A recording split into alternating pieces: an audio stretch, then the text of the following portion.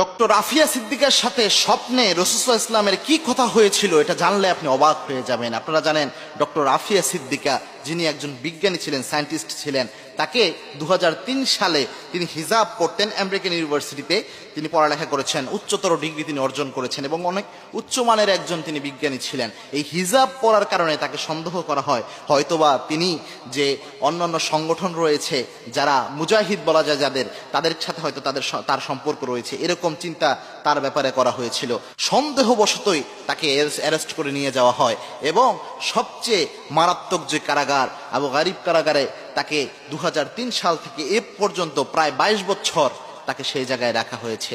তার তিনটা সন্তানের দুইটা সন্তান মারা গিয়েছে এর মধ্যে জানা যায়। তার সন্তানরা জানে না ওইভাবে যে মায়ের কি অবস্থা, মা জানে না তার সন্তানগুলোর কি অবস্থা, এবং দুইটা সন্তান যে জমিন থেকে বিদায় করে দেওয়া হয়েছে তার মা পর্যন্ত, আফিয়া সিদ্দিকা পর্যন্ত এটা জানতেন না। কতটা মারাত্মক একটা ঘটনা চিন্তা করতে পেরেছেন। তার সাথে রাসূলুল্লাহ ইসলামের স্বপ্নে একটা অন্যরকম কথা হয়েছিল, যেটা যদি আপনি শুনেন প্রিয় ভাই আপনারা অবাক হয়ে যাবেন। কি কথা হয়েছিল? এই বোনকে নির্যাতন করার পর এই বোন একদিন রাতের বেলায় ঘুমিয়ে রয়েছেন। আফিয়া সিদ্দিকা তার ব্যাপারে তার নিজের বোন সাক্ষাৎকার দিচ্ছেন। আফিয়া সিদ্দিকা রাতের বেলায় ঘুমিয়ে রয়েছেন, হঠাৎ করে তিনি স্বপ্নে দেখেন, স্বপ্নে রাসূলুল্লাহ সাল্লাল্লাহু আলাইহি ওয়াসাল্লাম আফিয়া সিদ্দিকার কাছে এসেছেন। এসে আফিয়া সিদ্দিকাকে বলছেন, মা তুমি কেমন আছো? আফিয়া সিদ্দিকা চোখের পানি ফেলে বলছেন, ইয়া রাসূলুল্লাহ সাল্লাল্লাহু আলাইহি ওয়াসাল্লাম আমি এখন ভালো আছি আলহামদুলিল্লাহ। বলছেন, ইয়া রাসূলুল্লাহ আমি যে পরীক্ষা দিচ্ছি, দীর্ঘদিন যাবত আমি এই পরীক্ষা দিচ্ছি, ইয়া রাসূলুল্লাহ সাল্লাল্লাহু আলাইহি ওয়াসাল্লাম আর কতদিন আমার এই পরীক্ষা হবে, কতদিন আমি এই জায়গায় থাকবো? আল্লাহর হাবিব সাল্লাল্লাহু আলাইহি ওয়াসাল্লাম স্বপ্নে তাকে বলছেন যে মা এটা তো তোমার পরীক্ষা নয়, এটা আমার মুসলিম উম্মার জন্য পরীক্ষা। এই পরীক্ষা হচ্ছে মুসলিম উম্মার পরীক্ষা।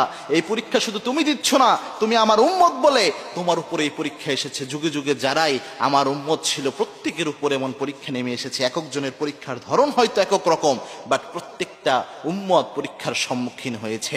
এবং কি আল্লাহ রাব্বুল আলামিন নিজে জানিয়েছেন যে প্রত্যেককেই আল্লাহ রাব্বুল আলামিন পরীক্ষা করবেন। আহসিবান নাস ইয়ায়ুতরাকু ওয়ায়াকুলু আমান্না ওয়া হুম লা ইফতানুন। আল্লাহ বলছেন তোমরা কি ধারণা করেছো যে তোমরা বলবা আমরা ঈমান এনেছি, আমি আল্লাহ রাব্বুল আলামিন এমনি এমনি জান্নাতি বানিয়ে দেব? ব্যাপারটি এত সহজ নয়। যত বেশি ঈমানের, যত বেশি লেভেল তোমার হাই হবে, তত বেশি তোমার উপর পরীক্ষা নেমে আসবে।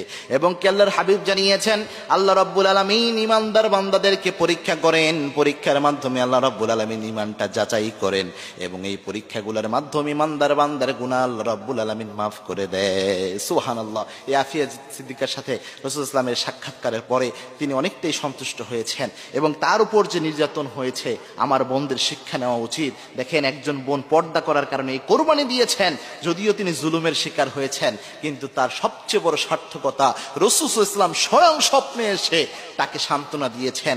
আমাদের জীবনে জান্নাতের চেয়ে বড় তো কোনো সফলতা হতে পারে না। আপনি যদি ইসলাম মানেন, কোরআন মানেন, পারিবারিক পরিবেশের চাপের বিরুদ্ধে যেও যদি আপনি ইসলামকে মানতে পারেন, তবুও এই মর্যাদা আপনি পাবেন। আমাদের দেশে অনেক বোন রয়েছে যারা প্র্যাকটিস করতে চায় ইসলাম, পর্দা করতে চায়, পারিবারিক অনেক পরিবেশ, আত্মীয় স্বজনরা অনেক সময় বাধাগ্রস্ত করে, টিটকারি করে। আপনি যদি এগুলোকে উপেক্ষা করে এই পর্দা করতে পারেন, ইনশাআল্লাহ আল্লাহ রাব্বুল আলামিনও আপনাকে কোনো না কোনো মর্যাদা দান করে দিবে।